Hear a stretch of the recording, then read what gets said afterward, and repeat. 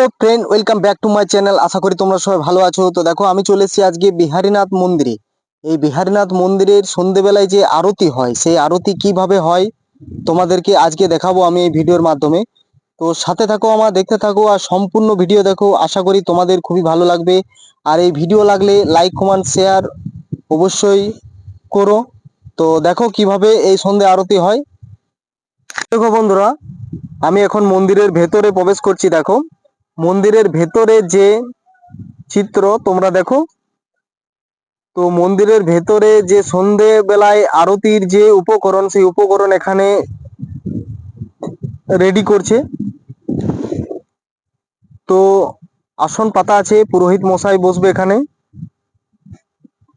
পাশে নন্দী মহারাজ আছে, পাশে কাল ভৈরবী আছে, মা মহামায়া আছে।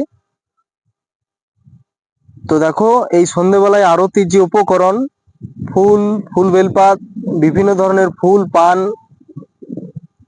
তো সুন্দরভাবে ফুল দিয়ে সাজিয়ে তারপর সন্ধেবেলায় আরতি শুরু হবে। তো দেখো, এখন গর্ভগৃহের যে শিলা মূর্তি আছে, সেই শিলা মূর্তি একবার দেখিয়ে দিই। চলো, এই শিলা মূর্তি দেখো। এই দেখো, হর হর মহাদেব। এই দেখো, শিলা মূর্তি সম্পূর্ণ জল দিয়ে পরিষ্কার করে রেখেছে। এবার ফুল দিয়ে সাজাবে। তো তার আগে তোমরা দেখে নাও, এই যে মন্দিরের দেওয়ালে যে চিত্র আছে, বাবা যে লীলা, সেই লীলার এখানে চিত্রের মাধ্যমে পরিস্ফুটিত হয়েছে। দেখো, পুরো চারদিকে দেওয়ালে চিত্র দেখো তোমরা, খুব সুন্দর। এই বাবা বিহারীনাথ মন্দিরের পশ্চিমবঙ্গের বাঁকুড়া ডিস্ট্রিক্টের সবচেয়ে বড় শিব মন্দির হচ্ছে বিহারীনাথ শিব মন্দির। এই শিব মন্দির প্রায় 200 বছরের পুরানো শিব মন্দির। কলকাতা থেকে তোমরা যদি এই সন্ধে আরতি দেখতে চাও, তো হাওড়াগামী ট্রেন ধরে বানপুর কিংবা মধুকুন্ডা স্টেশন নামতে হবে। তারপর ওখান থেকে গাড়িতে করে খুব সহজ উপায়ে আসা যাবে। আর যদি 4 হুইলারে আসো, তো ডাইরেক্ট কলকাতা থেকে একদম বর্ধমান হয়ে, রানিগঞ্জ হয়ে, সালতড়া হয়ে বিহারীনাথ।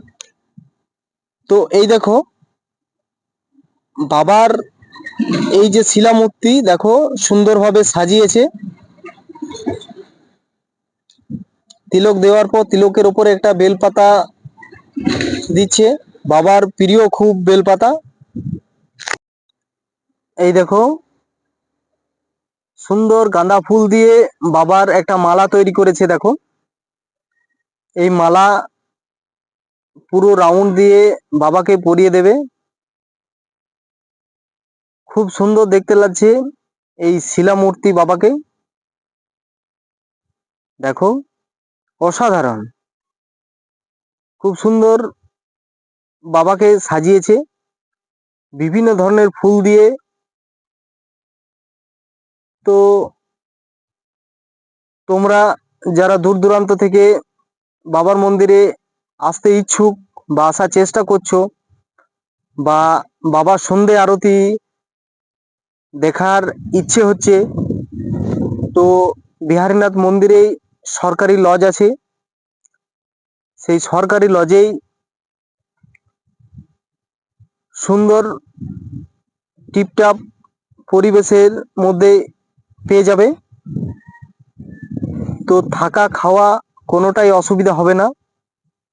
দূর দূরান্ত থেকে তোমরা যদি আসো, তো হোটেলেরও ব্যবস্থা আছে, রিসর্টের ব্যবস্থা আছে। তো রিসর্টে সমস্ত কিছু চাইনিজ বলো, বেঙ্গলি খাবার বলো, সবটাই পাওয়া যাবে।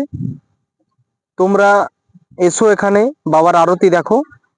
এই দেখো, ফুলের পাপড়ি দিয়ে বাবাকে সুন্দরভাবে সাজাচ্ছে। দেখো, এক বিহারি বিহারি বাবা। তো দেখো কিভাবে সাজাচ্ছে। দেখো,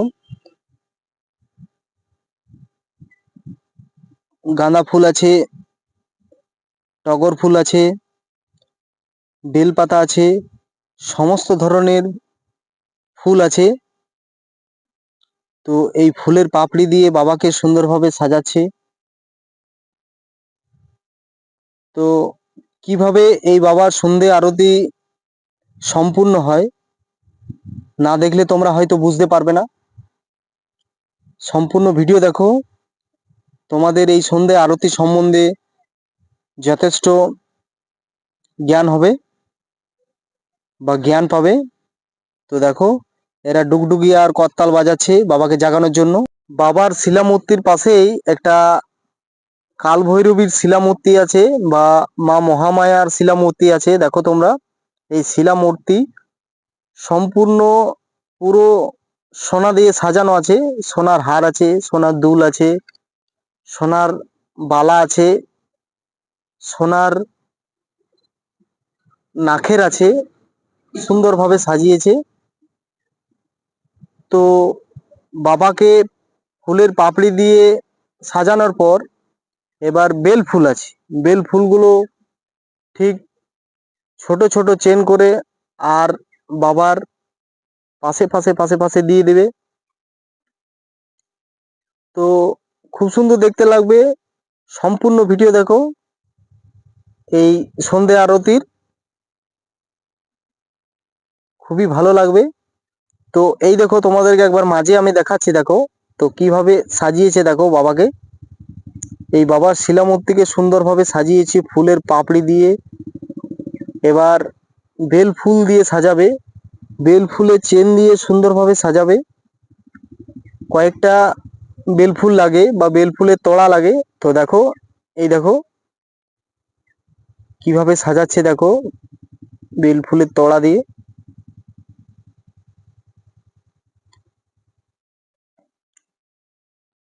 সুন্দরভাবে বাবাকে সাজাচ্ছে গর্ভগৃহের ভেতরে। খুবই জাগ্রত একটা মন্দির, খুবই জাগ্রত। তোমরা এখানে সন্ধে আরতি দেখতে আসতে পারো। বাবার কাছে মনোবাসনা পূর্ণ যাতে হয়, তোমরাও বাবার কাছে কিছু চাও। বাবার শিলামূর্তি সম্পূর্ণভাবে সাজার পর আরতি হবে। তো প্রথমে বেল ফুল দিয়ে সাজাচ্ছিল, এবার পান দিয়ে সাজাচ্ছে। দেখো,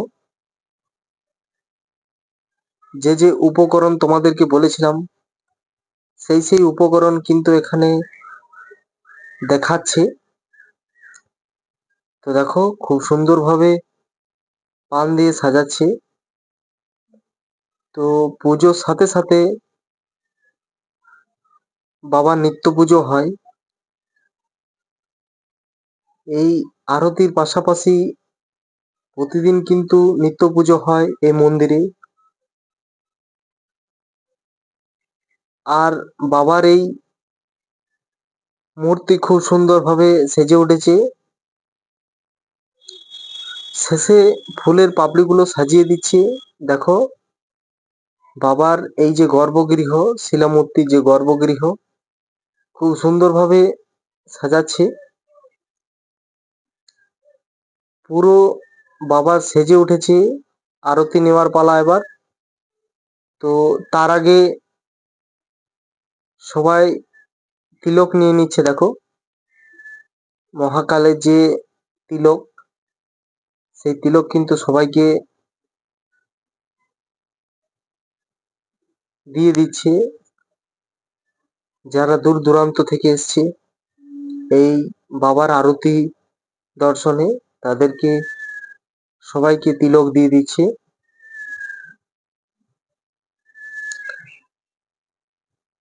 এই আরতি প্রতি সোমবার সন্ধ্যে 6:30 থেকে 7:30 পৌনে 8টা পর্যন্ত হয়। তোমরা এলে এই আরতি দেখতে পাবে। তো বাবার পুজোর আয়োজন অনেকটা প্রায় কমপ্লিট। এবার ধূপ জ্বালছে। ধূপ জ্বালার সাথে সাথে পুজো কিন্তু আরম্ভ হওয়ার মুখে। তো দেখো সবাইকে কিভাবে তিলক দেওয়ার পর এবার পুজোয় বসেছে ঠাকুরমশাই। পুজো কিন্তু শুরু হয়ে গেছে, ধূপ জ্বালার পর পুজো কিন্তু শুরু হয়ে গেছে। পুজো হওয়ার সাথে সাথে প্রতি বছর শ্রাবণ মাসের অসংখ্য এখানে মানুষ বাবার মাথায় জল ঢালতে আসে। বাবার এই অসীম লীলা প্রতিটি মানুষের প্রায় অজানা। তো বাবাকে সবাই ভক্তি করো, বাবার কাছে চাওয়া পাওয়ার অনুভূতি জাগাও।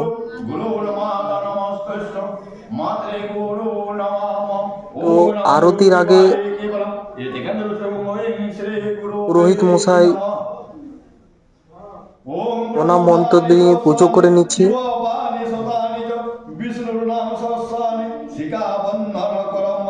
খুব সুন্দর এই পুজোর আয়োজন।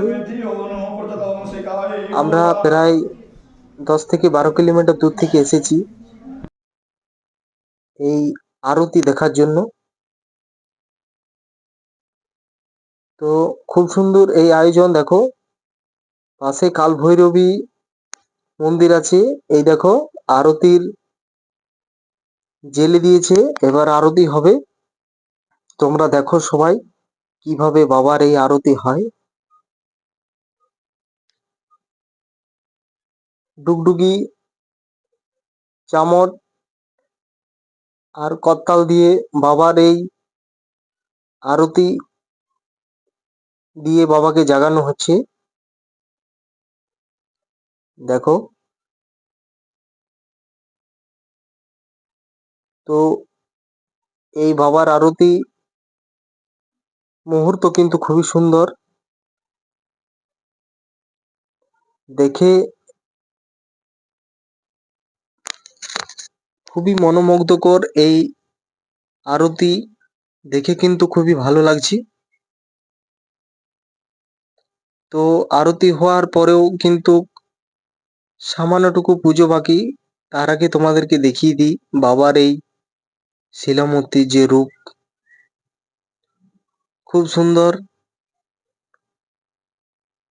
এই আরতির রূপ। তো সম্পূর্ণ ভিডিও দেখার জন্য অনেক অনেক ধন্যবাদ।